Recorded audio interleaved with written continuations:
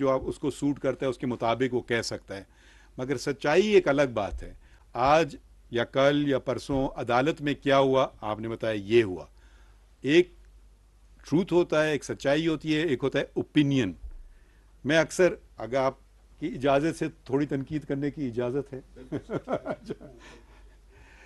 ایک بسم اللہ الرحمن الرحیم. السلام علیکم ناظرین اکرام، میں ہوں عبدالباسط سواتی اور آپ دیکھ رہے ہیں میرا ڈیجیٹل چینل.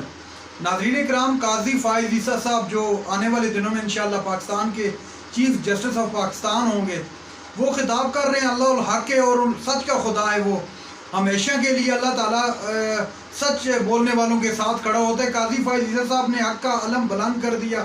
پہلے آپ یہ ویڈیو دیکھیے، پھر اس پر ڈیٹیل میں بات کرتے ہیں. اور یہ میری رائے ہے. اب میری رائے سے دوسرے لوگ اختلاف کر سکتے ہیں، میرے خیال میں سچ سے کوئی اختلاف نہیں کر سکتا. آپ کہتے ہیں جی آج جلوس نکلا اس میں 100 لوگ تھے، ٹھیک ہے، یہ ایک ہو گیا فیکٹ. جلوس کو نکلنا چاہیے تھا، نہیں نکلنا چاہیے تھا، ان کے جو انہوں نے باتیں کی ان سے آپ اگری کرتے ہیں یا نہیں کرتے ہیں، وہ ہو گئی آپ کی رائے. تو اب ماشاءاللہ ہمارا میڈیا بہت ڈیولپ ہو رہا ہے، مگر دنیا میں جو میڈیا ہے اس میں opinion piece writers are not journalist. مطلب یہاں ہم نے وہ سب چیزیں، کسی نے ٹی وی پہ آ گیا وہ جرنلسٹ بن گیا، نہیں، وہ جرنلسٹ نہیں بنتا ہے. جرنلسٹ ایک بالکل الگ چیز ہے. اور اس میں ایک اور مزید بات میں کہنا چاہوں گا کہ جرنلزم میں آپ کو ایک تو آپ نے صرف بتا دیا یہ ہوا، وہ تو کوئی بھی بتا سکتا ہے، آپ کیمرہ لگا دیں وہ کیمرہ بھی بتا دے گا. مگر ایک آپ نے ذرا تحقیق کی زیادہ، اچھا انہوں نے یہ فیصلہ کیا، پہلا ان کا فیصلہ ایسے تھا تو یہ ان کی رائے بدل گئی. یہ اب آپ کی وہ آئی ایبلٹی جرنلسٹک ایبلٹی.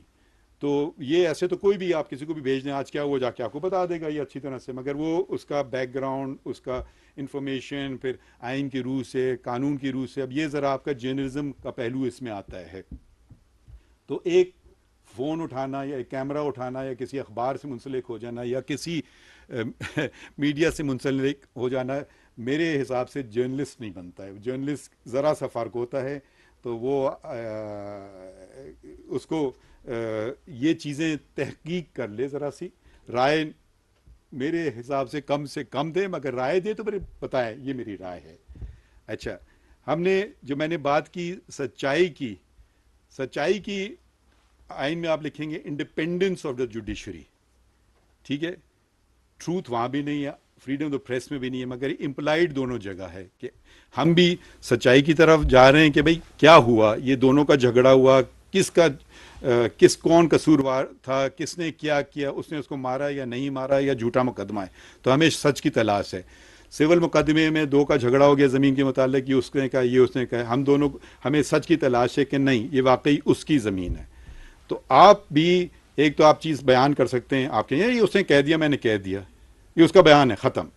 پھر آپ کہیں اس کا بیان غلط ہے اگر برعکس ہے سچ کے، تو یہ بھی آپ کا ایک فرض میں شامل ہے، کیونکہ آپ نے کہا میں کیا کروں، یہ اس کا بیان ہے، میں نے تو بیان کر دیا. تو لوگ آ کے کوئی بھی بیان کر سکتے ہیں، پھر آپ کو تھوڑا سا ویریفیکیشن پروسیس میں بھی گزرنا ہوتا ہے. تو کوئی صاحب کبھی ہائی کورٹ سپریم کورٹ آئے ہی نہیں اور انہوں نے بتا دیا یہ ہوا سپریم کورٹ میں، اب وہ کیسے ویریفائی کریں گے؟ وہ بھی جرنلسٹ ہیں، وہ پھر کسی جرنلسٹ سے، آپ جیسے جرنلسٹ سے پوچھیں گے بھئی آپ تھے عدالت میں، جی یہ بات ہوئی میں نے سنا یہ صحیح ہے، ہاں.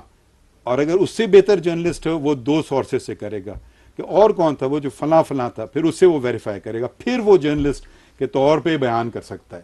نہیں تو وہ اپنی رائے دے رہا ہے، ہو سکتا ہے ایک شخص نے بیان کر دی جو ادھر کورٹ میں تھا ہی نہیں، تو وہ کم از کم چشمدید گواہ تو نہیں بنا، وہ ہم اس کو قانون میں ہیر سے کہتے ہیں، کسی سنی سنائی بات پہ عمل کیا. ایک ہے میں خود تھا، میں نے دیکھا اور میں نے یہ سنا اور میں اب آپ کو یہ بیان کر رہا ہوں. اچھا، سچ کی اہمیت کیا ہے؟ میں اسلام سے پہلے بھی سچ کی اہمیت تھی، ہم لوگ قرآن شریف سے آغاز بھی کرتے ہیں اور کرنا چاہیے ہے، مگر انجیل میں ایک لیٹن میں ویریتاس ووس لبرابت، یعنی کہ the truth will set you free، یا اگر اردو میں ترجمہ کروں سچ آپ کو آزاد کرے گا.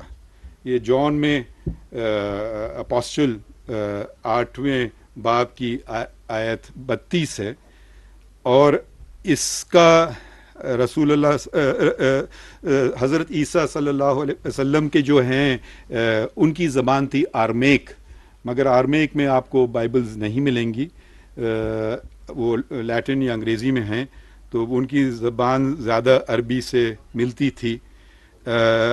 حضرت عیسیٰ علیہ السلام، معاف کیجیے، حضرت عیسیٰ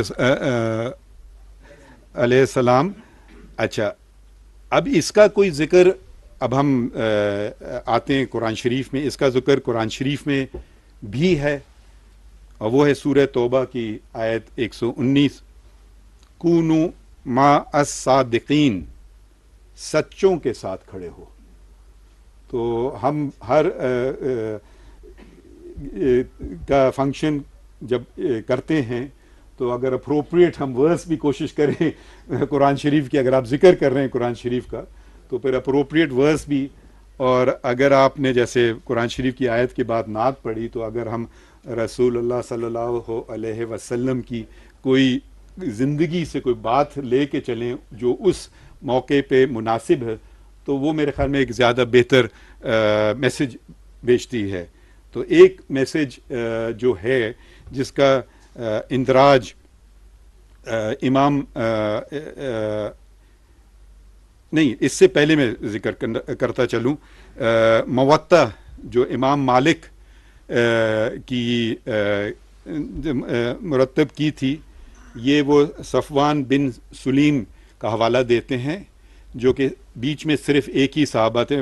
امام مالک بہت شروع میں انہوں نے یہ موطا جمع کی۔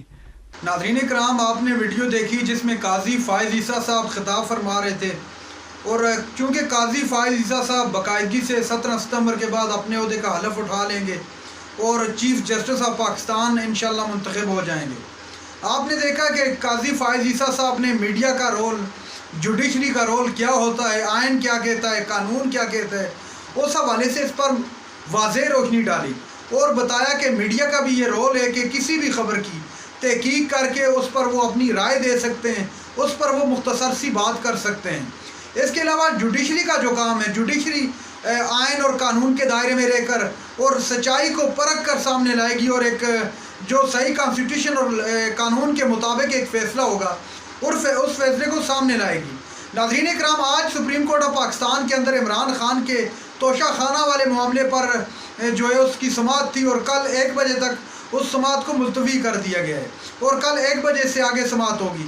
آج جو سماعت ہوئی اس کا مختصر احوال آپ کو بتا دیتا ہوں کہ جسٹس لطیف کھوسہ صاحب چیئرمین تحریک انصاف کی جانب سے پیش ہوئے اور مکالمہ ہوا، جو ججز کے ریمارکس سامنے آئے وہ میں بہرحال آپ کے سامنے رکھ دیتا ہوں۔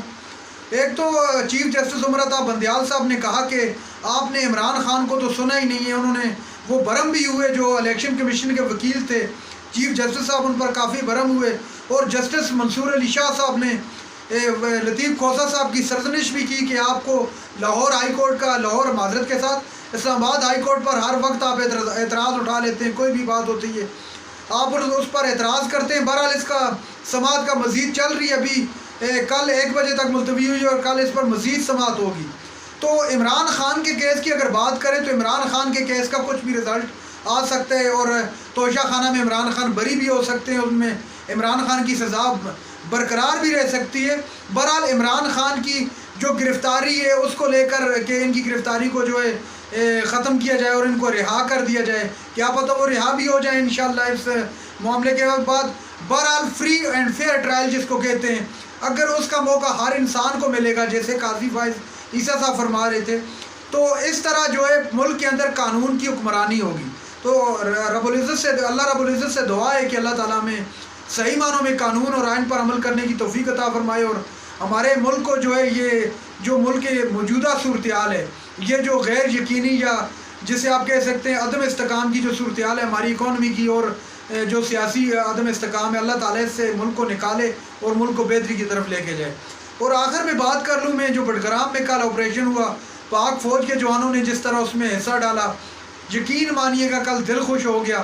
اللہ تعالیٰ نے ایک تو ان کو خیریت سے جو ہے اتار دیا، وہ اس مصیبت سے نکال دیا، دوسرا ہماری پاک فوج جو ہے عوام کے ساتھ، سویلین کے ساتھ شانہ بشانہ کھڑی رہی۔